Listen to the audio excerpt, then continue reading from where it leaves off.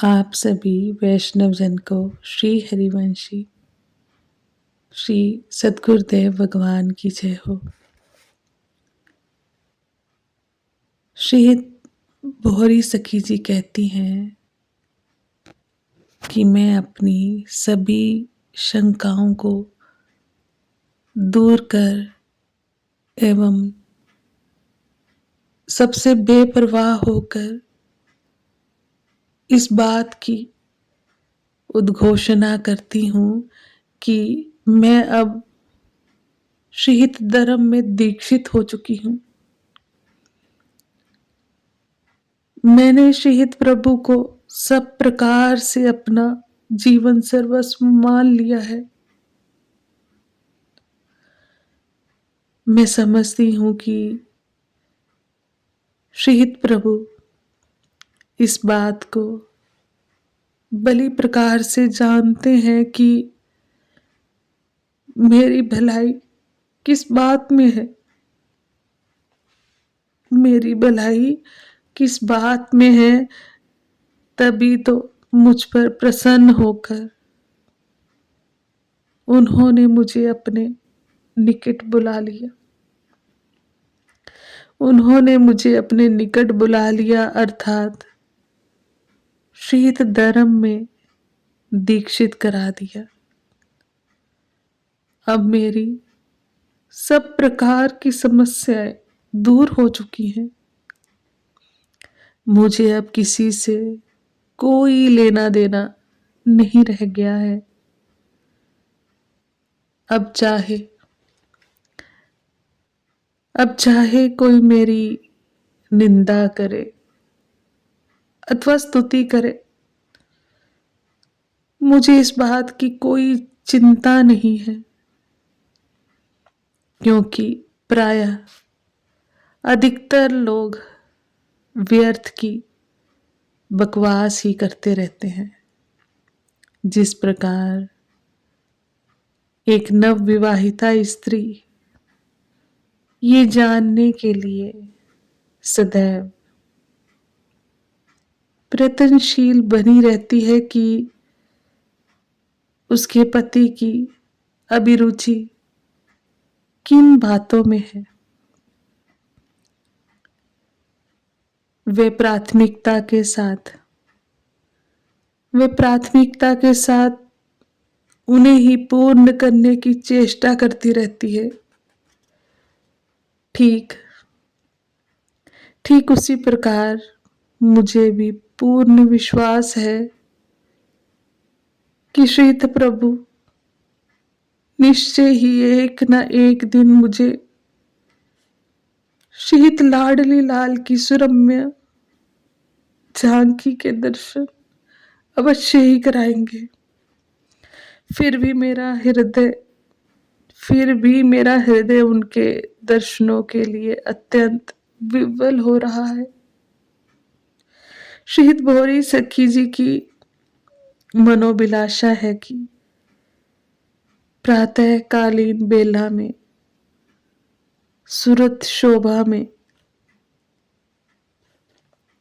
शोभा से समलंकृत एकात्म युगल उन्हें निकुंज मंदिर से बाहर आते हुए दिखाई पड़े।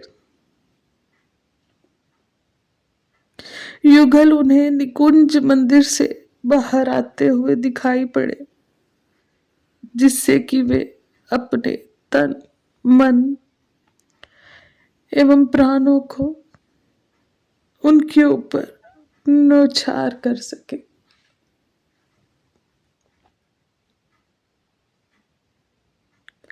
युगल उन्हें निकुंज मंदिर से बाहर आते हुए दिखाई पड़े, जिससे कि वे अपने तन मन एवं प्राणों को उनके ऊपर न्योछावर कर सके। प्रीति की अद्भुत रीति के संबंध में कुछ कहना अत्यंत कठिन है। मैं अपने मन में निरंतर सोच विचार करती रहती हूँ, किंतु हार कर थक कर बैठ जाती हूँ। जब मुझे कोई समुचित समाधान मालूम नहीं पड़ता तो मैं फिर उसके विषय में सोचने लगती हूँ। मैं कभी सोचती हूँ कि एक चकोरी जो चंद्रमा की ओर एकटक देखती रहती है, उसकी चंद्रमा से प्रीति करने का तरीका सर्वश्रेष्ठ है।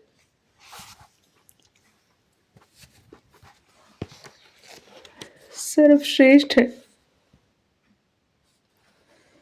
वह परम सौभाग्यशालिनी है क्योंकि वह अपने सिर को ऊपर की ओर उठाकर अपने नेत्रों को चंद्रमा की ओर गड़ाए रखती है। किंतु थोड़ी देर बाद मुझे लगता है कि उसकी चंद्रमा के प्रति प्रीति बहुत कम है। उसका तन मन चंद्रमा ही क्यों नहीं बन जाता? उसका तन मन चंद्रमा ही क्यों नहीं बन जाता? यदि वह स्वयं चंद्रमा बन जाए तो उसे चंद्रमा की ओर निहारने के लिए अपने सिर को ऊपर उठाए रखने का कष्ट नहीं झेलना पड़ेगा। वह स्वयं में ही चंद्रमा की छवि देख लेगी।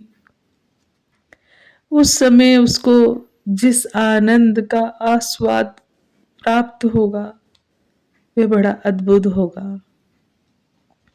और इस प्रकार वह स्वयं में ही चंद्रमा की छवि का पान करते हुए भी निरंतर प्यासी ही बनी रहेगी। यद्यपि ऐसा होना असंभव ही है, फिर भी यदि ऐसा हो जाए तो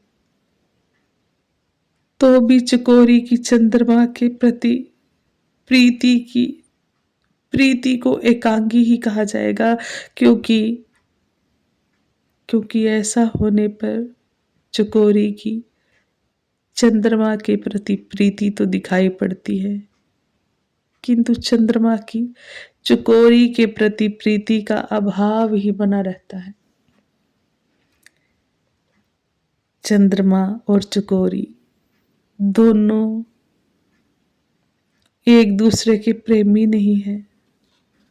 हाँ, यदि ऐसा हो जाए कि चकोरी भी स्वयं में कोई ऐसा रस प्रकट कर ले कि चंद्रमा उस रस को प्राप्त करने के लिए अतिशय आतुर हो उठे और वह भी चकोरी बनकर चकोरी के रस का आस्वादन करने लगे, अर्थात चकोरी चंद्रमा बनकर चंद्रमा की छवि का अपलक दृष्टि से पान करे और चंद्रमा चकोरी बनकर चकोरी के रस का आस्वादन करे। इस प्रकार क्षण क्षण में चंद्रमा और चकोरी अपने शरीर को चकोरी और चंद्रमा के रूप में परिवर्तित कर एक दूसरे से प्रेम जाल में फंसे रहेंगे। यही सर्वश्रेष्ठ प्रीति होगी, क्योंकि अब दोनों एक दूसरे के हित के लिए अपने अपने रूप को बदलकर एक दूसरे के अत्यंत निकट पहुंच जाएंगे।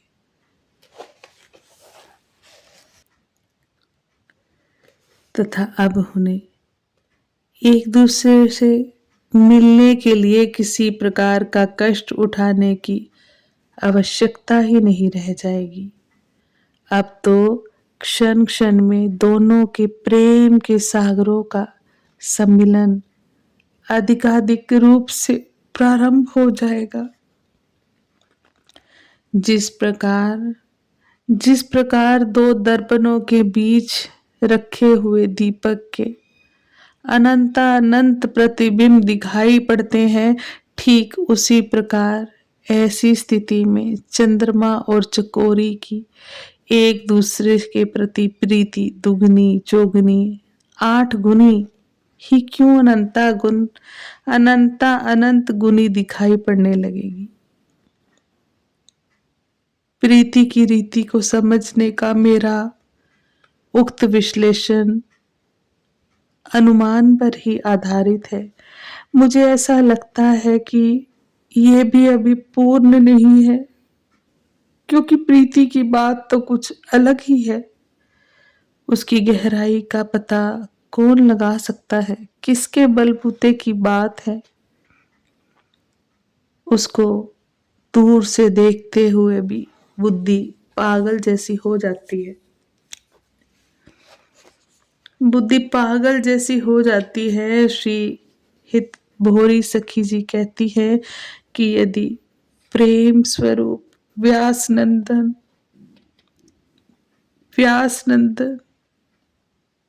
श्री हरिवंश चंद्र जी की कृपा प्राप्त हो जाए, तब व्यक्ति के प्रेम स्वरूप हो जाने पर ही प्रीति की रीति को भली प्रकार से समझा जा सकता है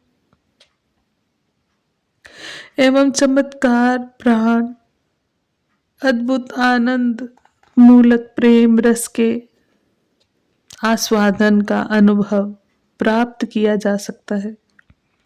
उसे किसी से कहना अथवा शब्दों में अभिव्यक्त करना ठीक उसी प्रकार से नितांत असंभव है, जिस प्रकार एक गूंगा व्यक्ति गुड़ के स्वाद का अनुभव ही कर सकता है, उसे शब्दों के माध्यम से बता पाने में सर्वथा असमर्थ होता है। आप सभी वैष्णव जन को श्री हरिवंशी श्री सद्गुरुदेव भगवान की जय हो। श्री राधा वल्लभ लाल की जय हो। श्री वृंदावन धाम की जय हो। जय जय श्री हरिवंश।